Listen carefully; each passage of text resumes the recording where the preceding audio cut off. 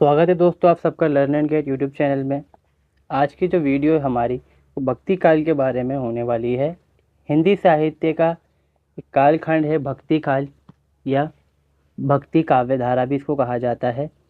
इसे हिंदी का स्वर्ण युग कहा जाता है। इसी के बारे में आज की वीडियो में हम चर्चा करेंगे।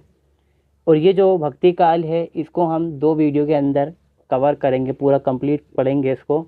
पहली वीडियो जो हमारी आज होने वाली है भक्ति काल के परिचय को हम देखेंगे और साथ में निर्गुण काव्य धारा जो है उसके बारे में भी चर्चा करेंगे।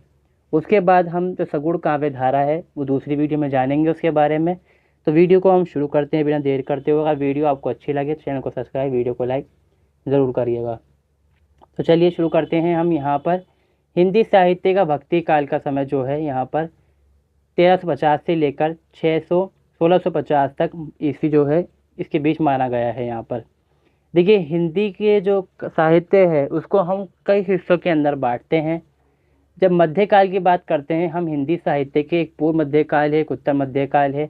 उसी में से एक उत्तर मध्यकाल जो है वो रीतिकाल है, पूर्व मध्यकाल जो है यहाँ पर वो भक्ति काल हो जाता है। भक्ति काल में को हिंदी साहित्य का स्वर्ण युग कहा जाता है क्योंकि इसी में हिंदी साहित्य का हम देखें तो पूर्णता प्रदान होती है। हिंदी साहित्य को जो असल रूप है हिंदी साहित्य इसी समय लेता है। यहाँ पर पूर्व मध्यकाल इसको हमने कहा या फिर भक्ति काल भी कहा, और जो उत्तर मध्यकाल होता है उसे हम रीतिकाल कहते हैं। भक्ति काल को हम कई हिस्सों में डिवाइड करते हैं, मतलब विभाजित करते हैं। यहाँ पर जो पहला हिस्सा हमारा बनता है वो यहाँ पर होता है निर्गुण काव्य धारा।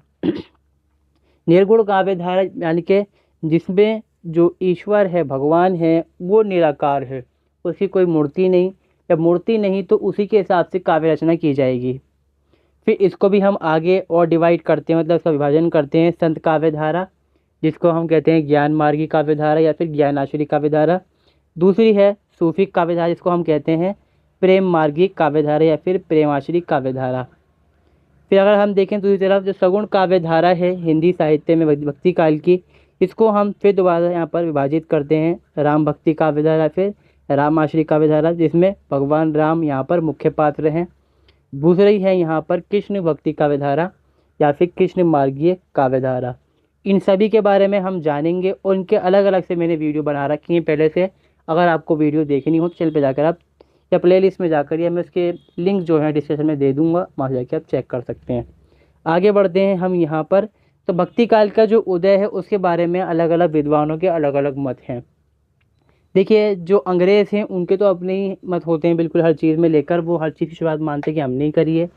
तो वो भी इसमें यही है। डॉक्टर जॉर्ज गियर्सन कहते हैं कि ईसाइयत की देन है भक्ति काल। भक्ति काल में जो साहित्य लिखा गया वो ईसाइयत से लिया गया और यहाँ से जो एक कहेंगे क्रांति जो हुई भक्ति के अंदर, फिर जो उसके आधार पर साहित्य रचना की गई वो ईसाइयत से ली थी भारतीय लोगों ने। ताराचंद कहते हैं भक्ति काल का जो उदय हुआ वो अरबों की देन है। वहीं डॉक्टर रामचंद्र शुक्ल जो कहते हैं वो कहते हैं देश मुसलमानों का राज्य प्रतिष्ठित हो जाने पर हिंदू जनता के हृदय में गौरव और उत्साह के लिए ये वे अवकाश न रह गया। उसके सामने ही उसके देव मंदिर गिरा दिए जाते, देव मूर्तियाँ तोड़ दी जाती थीं और पूज्य पुरुषों का अपमान होता था और वे कुछ भी नहीं कर सकते थे। इसी के विद्रोह में ऐसी दशा में क्या होता है, अपनी वीरता गीत ना तो वे गा ही सकते थे और ना ही बिना लज्जित हुए सुन सकते थे। अपने पौरुष से हताश जाति के लिए भगवान की चरण गति में जाने के अलावा दूसरा मार्ग ही क्या था। भक्ति का जो सीता दक्षिण की ओर से धीरे धीरे उत्तर भारत की ओर पहले ही आ रहे थे, उसे राजनीतिक परिवर्तन के कारण शून्य पड़ते हुए जनता के हृदय क्षेत्र में फैलने के लिए पूरा स्थान मिल गया। तो ये कहना है डॉक्टर रामचंद्र शुक्ल का। हालांकि बाद में ये इससे कहते हैं कि नहीं, अगर मान लीजिए ऐसा ही नहीं था कि भारत में मुसलमान ही आ गए थे, उसकी वजह यही नहीं थी, भारत में फैले हुए आडंबर भी इसकी वजह थे यहाँ पर। अब देखते हैं हम यहाँ पर भक्ति काल की कुछ कवि जो हैं और जो उनकी रचनाएं हैं। देखिए कुछ प्रमुख यहाँ पे भक्ति काल के कवि हैं जिसमें सगुण काव्य धारा है और निर्गुण काव्य धारा, दोनों के हम कवियों को मिलाकर पढ़ेंगे, बाद में इसको हम अलग अलग कर देंगे। पहले कवि हैं हमारे सूरदास, ये सगुण काव्य धारा के कवि हैं। यहाँ पर सूरसार वाली इन्होंने लिखी है यहाँ पर। फिर आते हैं हमारे संत शिरोमणि रविदास, ये भी जो यहाँ पर सगुण काव्य धारा है उसके कवि हैं यहाँ पर। ये ध्रुवदास भी जो सगुण काव्य धारा है उसके हैं। राखन दास ये निर्गुण काव्य धारा के कवि हैं यहाँ पर। व्यासी जी, स्वामी हरिदास, मीराबाई जो हैं ये सारे आ गए आपके सगुण काव्य धारा में।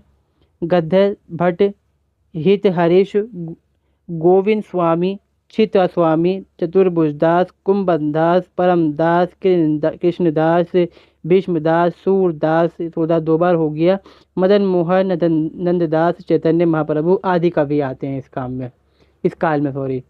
तो यहाँ पर ये हुआ, ये से कुछ खास जो कवि ज़्यादा जो कवि मैंने लिखे हैं फिलहाल ये सगुण काव्य धारा के हैं। अगर इसके अलावा हम बात करें तो जैसे कि हम देखते हैं संत कबीरदास हैं, ये कौन से हैं, निर्गुण काव्य धारा के कवि हैं यहाँ पर।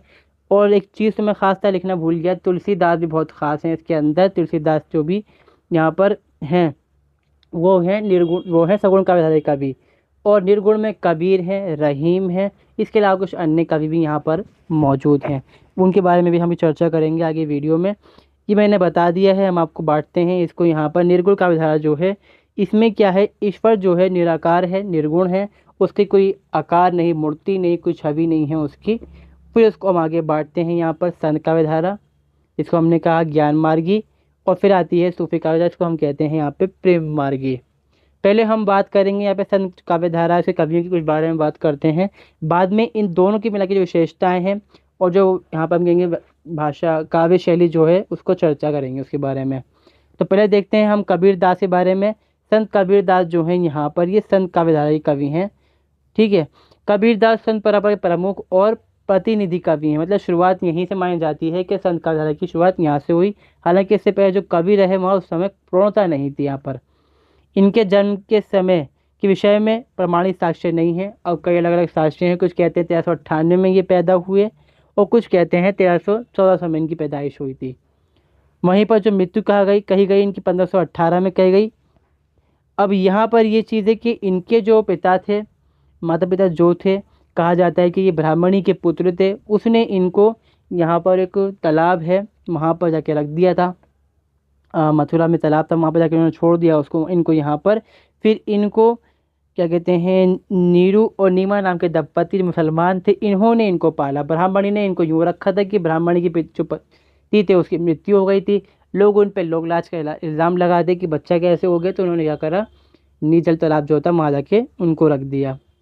फिर इनका जो पालन पोषण यही करते हैं नीमा, यही बच्चा बाद में बड़ा हुआ कबीर के रूप में जाना जाता है। इनके जो गुरु थे रामानंद थे। इनकी जी कहानी है कि रामानंद ने शुरुआत में माना नहीं कि मैं आपको अपना शिष्य मानूं। कबीर इनके कदमों में जाके एक बार लेट गए, जब जाए थे स्नान करने की गंगा जी में, तो इनका पैर उनके ऊपर पड़ गया। तो कबीर इन्होंने कहा कि राम राम बोलो कबीर से, तो कबीर ने उनको मान लिया कि भाई यही मेरा मंत्र है। और ये फिर आखिरकार जो रामानंद है इन्होंने कबीरदास को अपना शिष्य मान लिया। और कबीरदास अनपढ़ थे, कोई मतलब जानकारी साक्ष्य नहीं मिलते, पढ़े लिखे थे। जो भी उन्होंने सीखा वो नाथ पंथियों सूफी संतों से सीखा, और वही जो उन्होंने अपना तजुर्बा करा, हम कहेंगे कि भाई एक्सपीरियंस जो उन्होंने करा, उसी के बारे में समाज में जो उन्होंने आडंबर देखे और अक्खड़पन से डांटते हुए, फटकारते हुए समाज की बुराइयों को वो उजागर करते हुए बोलते हैं, उनके बारे में उनके सारे के सारे जो हम देखते हैं यहाँ पर पद हों, दोहे हों, वो सब चीज़ें इसी चीज़ के ऊपर हैं। इनकी जो वाणियाँ हैं कई अलग अलग सोच दिए जाते हैं कि उन्होंने कुछ फटकर पद बोले। जो उनकी ख़ास जो यहाँ पे कहते हैं वाणी जो पद थे उसको बीजक कहा जाता है, जो इनके शिष्य ने जमा करे धर्मदास ने, और उसको बीजक नाम दिया गया। उसमें राखी, साखी, समर, रमैनी तीन चीज़ें शामिल हैं यहाँ पर। इसके बारे में मैं जो चर्चा करूँगा वो दूसरी वीडियो बना रखी है मैंने, वहाँ पर आप जाके देख सकते हैं। कवि ने जब जीवन भर धर्म तथा सामाजिक अंधविश्वासों का तीखा विरोध किया तथा सामाजिक बुराइयों का भी विरोध किया। अब आते हैं रामानंद। रामानंद जी जो हैं ये क्या है, आविर्भाव काल, निधन काल, जीवन चरित्र आदि के संबंध में कोई प्रमाणिक सामग्री उपलब्ध नहीं। कब पैदा हुए, कहाँ पैदा हुए, कब जिंदगी कैसी गुजारी, कोई जानकारी हमें नहीं मिलती। हालांकि माना जाता है कि इनका जो जन्म है 15वीं शताब्दी है उसके शुरुआत में उत्तरार्ध में हुआ था। इनकी दीक्षा काशी में हुई। ये रामानुजाचार्य के परंपरा के शिष्य बने यहाँ पर, मतलब डायरेक्ट शिष्य नहीं है, इनडायरेक्ट शिष्य बने उनके ये। फिर आते हैं नामदेव, ये भक्त। अगर हम कहें कि उत्तर भारत में कोई दक्षिण भारत से जो भक्ति काल का जो हम कह सकते हैं आंदोलन है जो उसको लेकर आए थे वो नामदेव जी हैं। ये महाराष्ट्र के भक्त कवि थे। सतारा ज़िले के नारसी बैनी गांव में सन 1267 में इनका जन्म हुआ था। और जो इनके गुरु थे वो विसोबा खेवरता थे इनके। मराठी हिंदी दोनों भाषाओं में इन्होंने भजन गाए अपने। और जो आडंबर थे उन पर इन्होंने भी तीखा प्रहार करा। और जो बुराइयां थी मुसलमानों में, हिंदुओं के अंदर, उनके ऊपर उन्होंने बुराइयों को जो था उजागर करने की कोशिश करी। आगे देखते हैं हम जो सूफी काव्य धाराओं की प्रमुख कवि हैं मलिक मोहम्मद जायसी। इसमें कौन कौन से आते हैं? इनकी पैदाइश जो होती है यहाँ पर 1492 में होती है। जायस में उत्तर प्रदेश में इनकी पैदाइश होती है, रायबरेली का ज़िला है जायस, और वहीं से इनका नाम पड़ा जाता है जायस। इनके पिता थे वो ज़मींदार थे और माँ तो मतलब हाउस वाइफ ही थी यहाँ पर। नाम था मलिक मुंशी।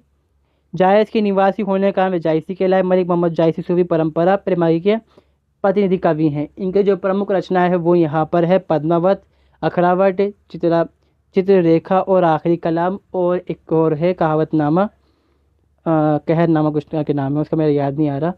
और अगर हम बात करें यहाँ पर कबीरदास से तो इनके बता चुका हूँ मैं आपको। फिर आते हैं हमारे यहाँ पर मुल्ला दाऊद भी इसी परंपरा के, इन्होंने चंदायन की रचना करी।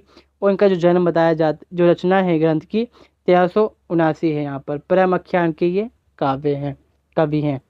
फिर आते हैं कुतुबन, इन्होंने लिखी थी मृगा वाली, जिसकी रचना का बताया था 1503 में हुआ। ये चिश्ती वंश के शेख बुरहान के शिष्य थे और तथा जौनपुर बादशाह हुसैन शाह के आश्रित थे, मतलब उनके दरबार में थे। और जो इनकी भाषा है वो अवधी भाषा है। यहाँ पर मुल्ला दाऊद की भाषा भी अवधी है। और जो यहाँ पर जो मलिक मोहम्मद जायसी हैं, जो इनकी भाषा है ये भी अवधी है मगर मिक्स है, मिश्रित है। साथ में ब्रज भाषा, फारसी भाषा, ये सारी भाषाएं मिश्रित हैं इसके अंदर। अगर हम देखें इनकी जो विशेषताएं निकल कर आती हैं निर्गुण में, चाहे वो संत हो चाहे वो सूफी काव्य धारा, दोनों की होती है। तो ये आती है ज्ञान आश्रित शाखा को संतों ने पोषित किया, मतलब जो संत धारा था उसको संतों ने पोषित किया। नतीजा ये हुआ कि काव्य की धारा जन जन में जीवन को पवित्र बनाने वाली सिद्ध हुई। डॉक्टर श्याम सुंदर दास का मत है, संत कवियों में अपनी निर्गुण भक्ति द्वारा जनता के हृदय में अपूर्व आशा उत्पन्न की। उससे कुछ अधिक समय तक विपत्ति की अथाह जल राशि के ऊपर बने रहने की उत्तेजना थी। संत कवियों ने समाज में फैले हुए विभिन्न आडंबरों, रूढ़ियों, अंधविश्वासों आदि का पर्दाफाश किया और जनता के सच्चे एवं अच्छे मार्ग की ओर उनको अग्रसर किया। तो ये इनकी विशेषताएं हैं यहाँ पर। फिर ज्ञान आश्रित शाखा तथा संत काव्यधारा में हम निम्नलिखित विशेषताएं प्रवृत्तियां देख सकते हैं। कौन कौन सी हैं देखते हैं। निजी धार्मिक सिद्धांतों का अभाव, यानी कि इन्होंने कोई सा सिद्धांत नहीं गढ़ा।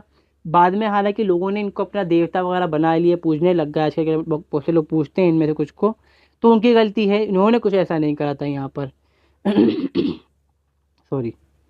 ब्रह्मा, जीव, माया, संसार आदि संबंध में इन कवियों में जिन बातों का वर्णन है वे पूर्ववर्ती आचार्यों कवियों की देन है। मतलब इन्होंने खुद कुछ नहीं बनाया, जो इनको सीखा वही चीज़ की रचना उन्होंने करी।